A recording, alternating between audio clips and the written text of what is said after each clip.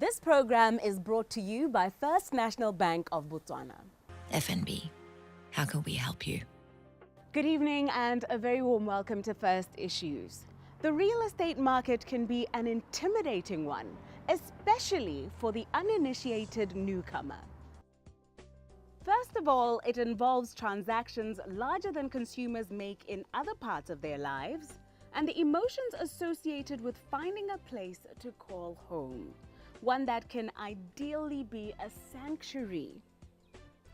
Along with having to figure out pricing and having to understand fundamental property law, the situation is made more difficult by greedy individuals looking to con the unsuspecting. Several people looking for rentals are said to be conned out of their security deposits. Buyers of houses and plots are also said to have their money stolen by people who had no right to be selling an agreed upon property in the first place. And even property owners can be denied the rentals due to them by unscrupulous squatters who don't pay rent, as well as valuers who turn out to be unqualified and unregistered. Are there any measures we can take from being scammed within the property market?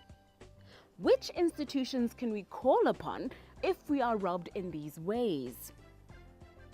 We speak to the Managing Director of Volksplek Botswana to learn how we can safely navigate the property world. The first thing is from the Real Estate Institute of Botswana side and react the rules, we encourage consumers of those services, especially buyers, tenants, to deal with foremost registered property consultants, registered estate agents, registered property valuers, in order to ensure that whatever happens, they are dealing with qualified people who are trusted to do the job for them. How do we ensure that they are registered? From the Real Estate Institute of Botswana, as a society, it's got a list of its members who are registered and qualified, either as estate agents, property valuers, property managers, or auctioneers. So for you to ensure somebody may call the Real Estate Institute or inquire from the office if the people or the person they are dealing with, they are registered and qualified to do their job. RIAC, the Real Estate Advisory Council also, it's got the list of certified members who are registered through that council. RIB actually works according to the rules and regulations from RIAC. So they are both the two entities work in partnership, or the other works under the other one, RIB under RIAC, and it shows that people who provide the services of estate agents, property managers, or whatever, they are registered and qualified. So what I'm getting from your response is that things tend to go wrong when consumers and sellers try to do transactions one-on-one without an intermediary. Yes, that's normally what happens. Consumers, either the property sellers or the landlords, they will go out to look for unqualified people, or they will go out with themselves to look for tenants or buyers for their own property. That is how they get conned. They go out to use those people who claim to be qualified for the job. That's how they get conned. So it's very important, because normally the society or individuals don't know the procedures for either getting a tenant into their property, how to handle the landlord-tenant conflicts. It's not like handling the conflict from the house. It's different, because that's a business transaction. And also the unqualified people, they are not trained to do that job. So that's how people get into problems, if they decide to use the two modes, which is the unregistered people, or do it for themselves. Mr. Ramakoba says most abuses happen when it comes to the transfer of ownership of tribal land. Let's say somebody purchases a plot and they go through the process of, the law says you cannot purchase the land, but it does happen anyways.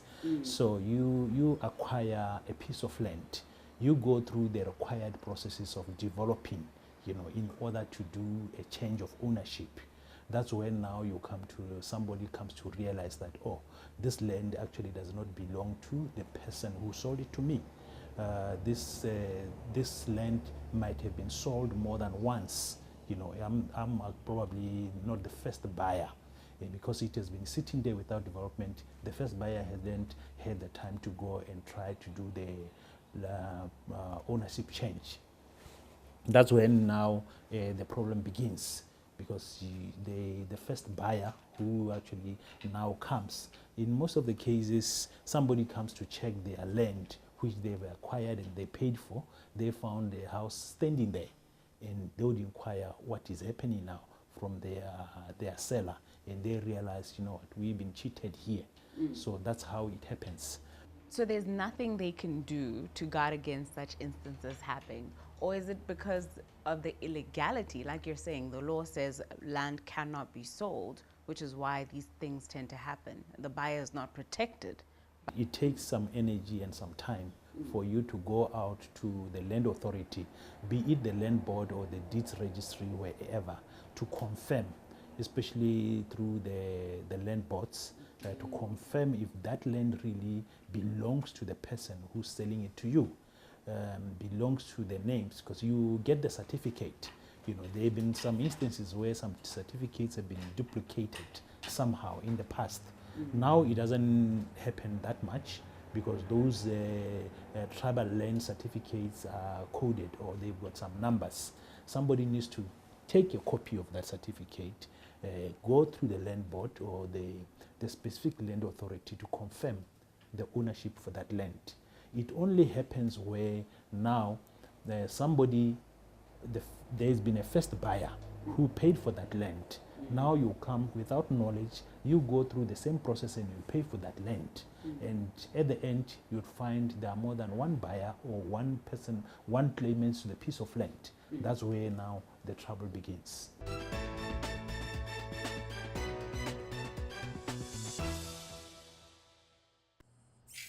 What is the future of help? It's to help people find the great in themselves. The drive, the passion. Help them find their true potential. Help them stretch. Help them grow. That's why we help people help themselves, help the world, because a little help goes a long, long way. FNB, how can we help you?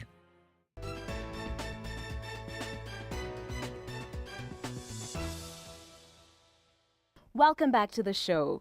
Property guru Samuel Ramakoba began tonight's conversation by detailing the ways property buyers could better protect themselves against scams.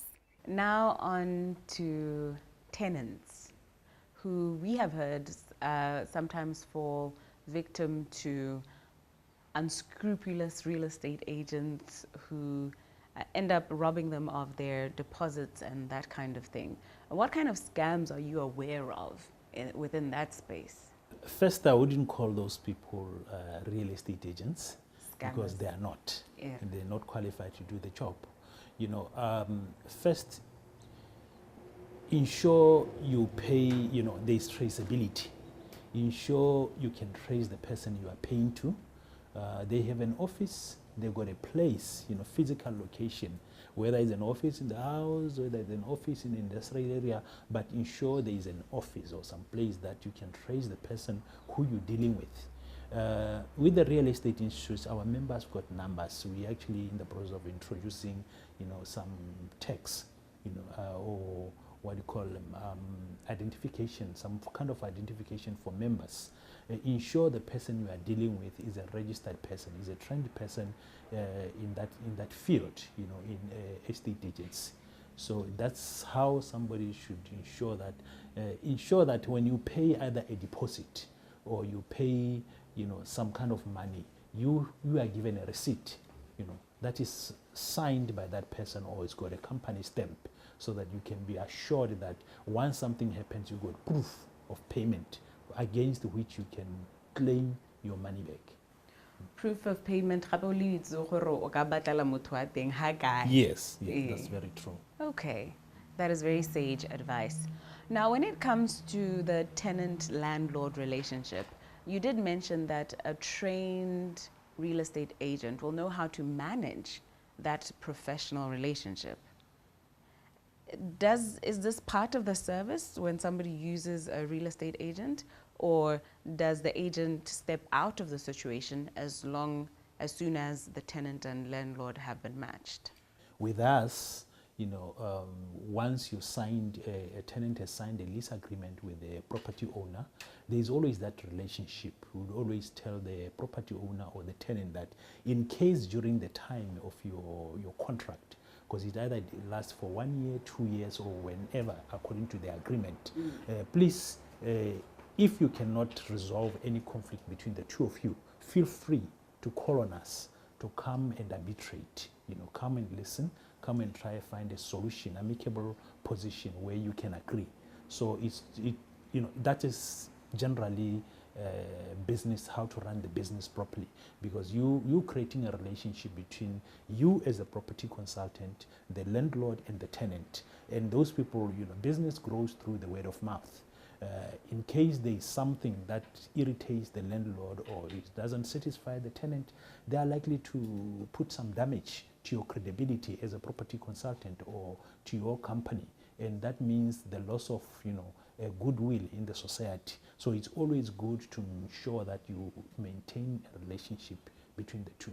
What rights should both the tenant and landlord know they have? What basic rights should they know they have in that kind of relationship? Let's say maybe it's a scenario where the tenant has been unable to pay their rent for a few months. What happens there? What legal recourse does the landlord have, and what rights does the tenant have? The thing is, between a landlord and a tenant, there's a lease agreement, which is a contract that has to be stuck to or abided according to. They run their relationship according to that contract. The landlord needs to realize that a tenant is paying for the use of the property. At that moment, during the terms of the period of the contract, the property belongs to the tenant somehow for their use.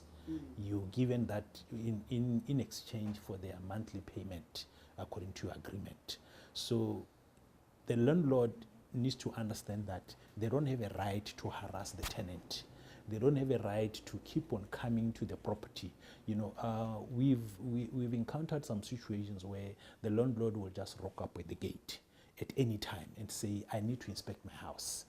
I need to check my flowers. That is not according to the contract. The tenant needs to have a free, use, amicable use of the property at their free will during the time of the contract. Tenant needs to understand that their responsibility is to pay the landlord and ensure that they take care of the property as much as possible, as if it was theirs. They don't need to vandalize the property. They don't need to neglect the property. They, according to the agreement, they need to make sure that the property is in a state as if it was occupied by the owner. If tenant does not pay the rent, the property owner has got the right. The terms in the contract will specify what mode of redress the landlord can take, whether to give the tenant a notice or to terminate the contract. So you are saying, though, when there are disputes, it's perfectly okay for either the landlord or the tenant to call upon their real estate agent to mitigate that situation? It's very important. I'm not saying the real estate agent will be able to resolve the conflict, but the real estate agent will act as an arbitrator to ensure that the two parties actually come to an agreement, whether they part ways or they amend their relationship. It will depend on the two. How, we know tenancy is between two adults or elderly people, to say, who understand how to manage relationships, but it always helps the person who brought the two parties together to be there, to be able to understand and ensure, because my interest as a property consultant is on the side of business. I need each party to be happy, and definitely in this relationship would work to ensure that each one of them comes to an amicable agreement so that it doesn't damage anybody's future. Other than the relevant real estate agent, which other bodies or institutions can either the landlord or the tenant seek out to mitigate the situation or to deal with the situation? Which other official bodies? Well, when relationships have deteriorated, somebody needs to will either go through the small claims court to have their claim. They have their own limits in terms of how much you can claim. Somebody will go, the landlord will go to the magistrate court, to institute their claim against the tenant. Somebody might go to the customary court to seek redress. There are various ways of seeking redress, but in terms of being cheated, the Real Estate Institute of Botswana is there. Somebody might seek some assistance. Real Estate Advisory Council is there. Somebody might seek redress, and those they will take action against any wayward or illegal estate agents in the industry. And these are the same bodies one would look to in the case of any real estate exchange. If we go beyond tenant and landlord, and now we go to maybe architect and landowner, and those kind of financial transactions, we would call upon the same institutions. Well, architects, they have their own registration body. In case the architects are basically designers of the structures or the buildings. There are lawyers who now are sanctioned to do conveyancing, who would handle the agreements between the two parties. Property consultants or estate agents can draft a lease agreement between the landlord and the tenant, which is an agreement that is admissible in the court of law in case of any dispute. Architects, they do design. The lawyers, they do the conveyancers, they do the transfers.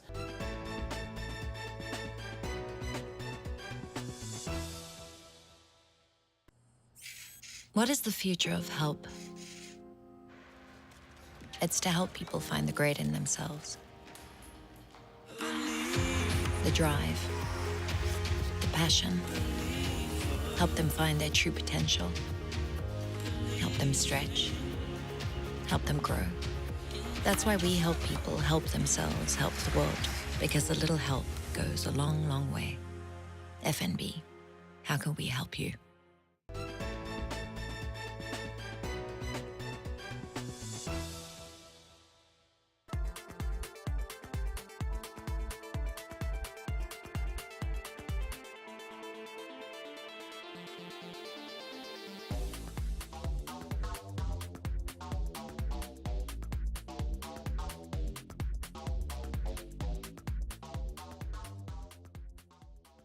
Welcome back to First Issues Own Your Day, Own Your Life segment. Professor Kiran Bhagat has, hopefully over several episodes, made you, our viewers, appreciate both the physical and the financial cost of obesity. Not only does it negatively affect the economic output of a country by compromising the productivity of its workforce and raising healthcare costs, it has dire consequences for the individual as a precursor to a host of chronic diseases that are increasingly becoming the leading causes of death across the globe. Tonight we ask him, what can be done in response to this pandemic? The percentage of patients that have obesity that runs through their genes is very small. Often we get a patient that will say, "Ghana, my mother was big and my grandmother was big and we are a big family." That generally is because the family has learned to eat badly. So the mum teaches the daughter or the son, and the son teaches their children what they're going to eat. And it's traditional that they'll eat, for example, a lot of palechi, and they'll have, a lot of fatty meat, and they won't eat very many vegetables, they won't exercise. And so they become overweight. And that tradition or that manner in which they're eating at home, it gets passed down, and that's why the family is big rather than genetic. There is a small percentage, yes, it is there, and we do see some of them that have genetic predisposition towards obesity, but it's very, very small. And so therefore, even those who have a genetic predisposition should not be told that there's nothing that can be done. You know, it's very important for our listeners to understand that we have a genetic makeup, but the genes are often triggered by the environment. So the genes are the bullet in the gun, if you like, and the trigger is the environment. And so what environment you place your genes in is as important as the genes that you have. So if you surround yourself with the foods that are not good for you and you have a genetic predisposition towards obesity, then you're making it more difficult for yourself. So it's really important for one to understand that your genes can be controlled by the environment that you create within yourself.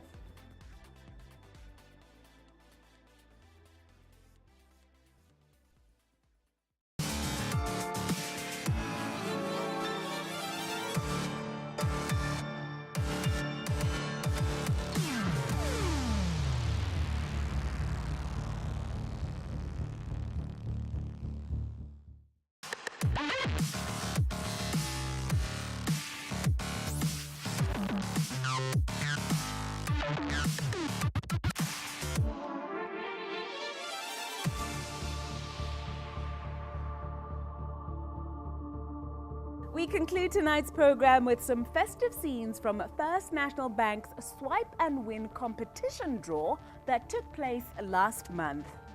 5 finalists were chosen to try their luck, selecting a winning key.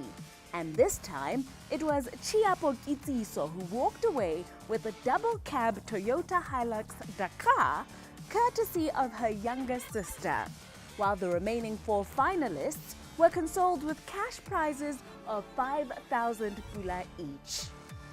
Here is what the lucky young lady had to say. I was representing my sister, Chiapo Kitsiso from Letakani. Competition I was in Letakani. Nere hakili golodi tete, kena le rata beritsa mara shopong, nere na swipe. Bunti jana ko nere swipe. Then she was selected as one of the finalists. Finally, I've managed to scoop her a car, and I've already told her the news. She was crying, and I'm so happy because we are going to have a big Christmas celebration. This program was brought to you by First National Bank of Botswana. FNB, how can we help you?